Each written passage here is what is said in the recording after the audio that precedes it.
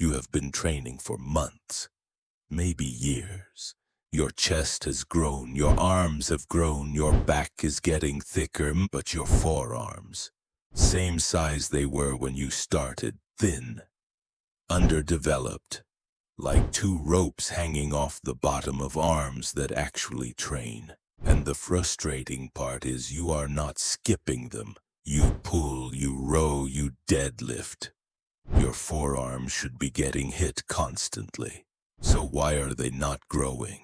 We are talking about the difference between forearms that show up to every session and leave exactly the same, and a guy whose forearms got so thick his shirt sleeve submitted a formal request for extra room. You do not need forearms like that. But you also cannot keep doing the same things and expecting different results from the most stubborn muscle group in your body. Because forearms do not respond to training the way everything else does. They have their own rules, and until you understand them, they will keep refusing to grow. Why forearms are different? Most people train their forearms the same way they train everything else. A few sets, moderate weight, move on. That does not work for forearms. Here is why. Your forearms are used constantly throughout the day.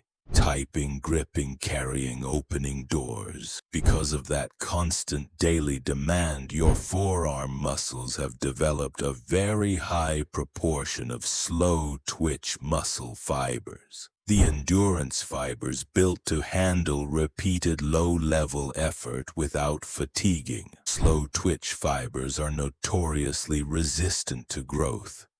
They are built for endurance, not size. And they respond to training that most people never apply to forearms. High volume, high frequency, and full range of motion.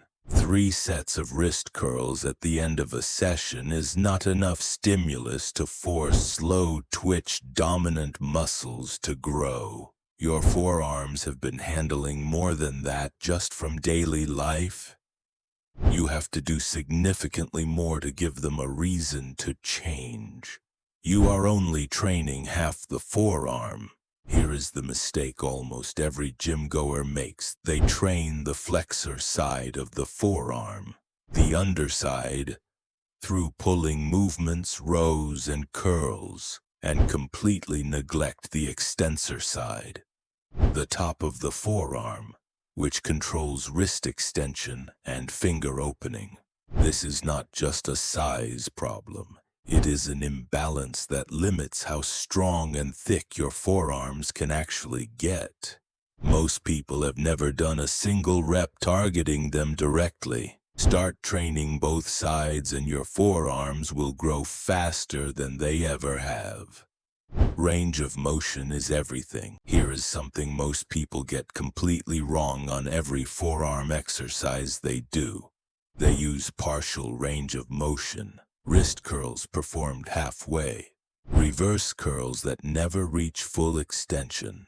Partial range of motion means partial muscle stimulation.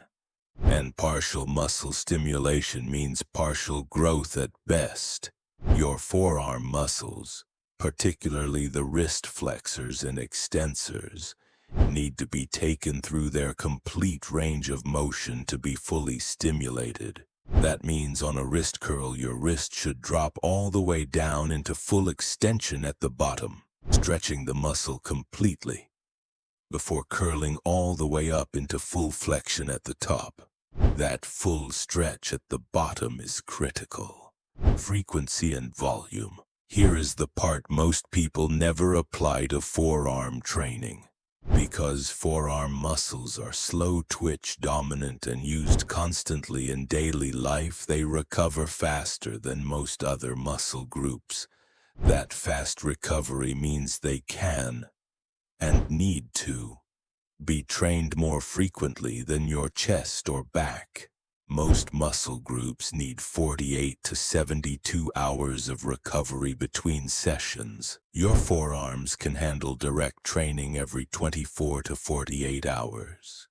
That means instead of hitting forearms once a week at the end of arm day, you should be training them 3 to 4 times per week, and with higher volume than you would apply to larger muscle groups. Studies on forearm training show that frequency and volume are the two most important variables for growth in slow twitch dominant muscles. Progressive overload gets ignored.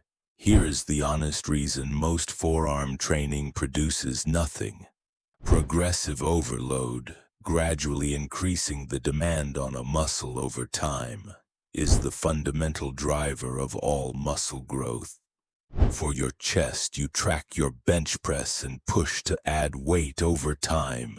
For your back, you track your rows. For your forearms, most people grab the same light dumbbell they have been using for months and do the same number of reps they always have. Nothing changes because nothing is progressing. Your forearms are a muscle like any other. They respond to progressive overload the same way. Track your wrist curl weights. Track your reverse curl weights. Push them upward over time.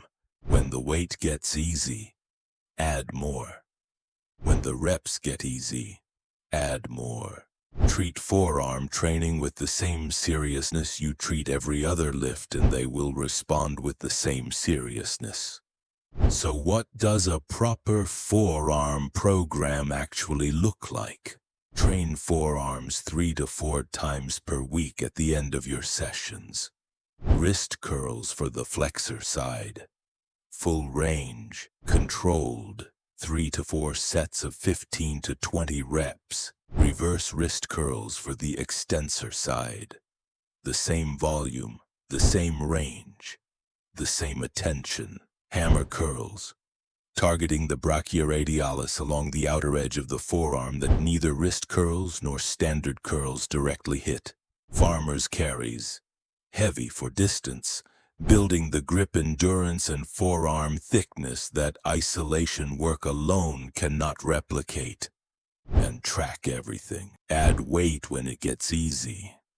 Your forearms are not stubborn because of genetics. They are stubborn because they have never been given the right stimulus, the right frequency, or the right progression to grow. Give them all three, and watch them finally change. Drop a comment if this changed how you train forearms. Subscribe for more. See you in the next one. Till then, stay strong.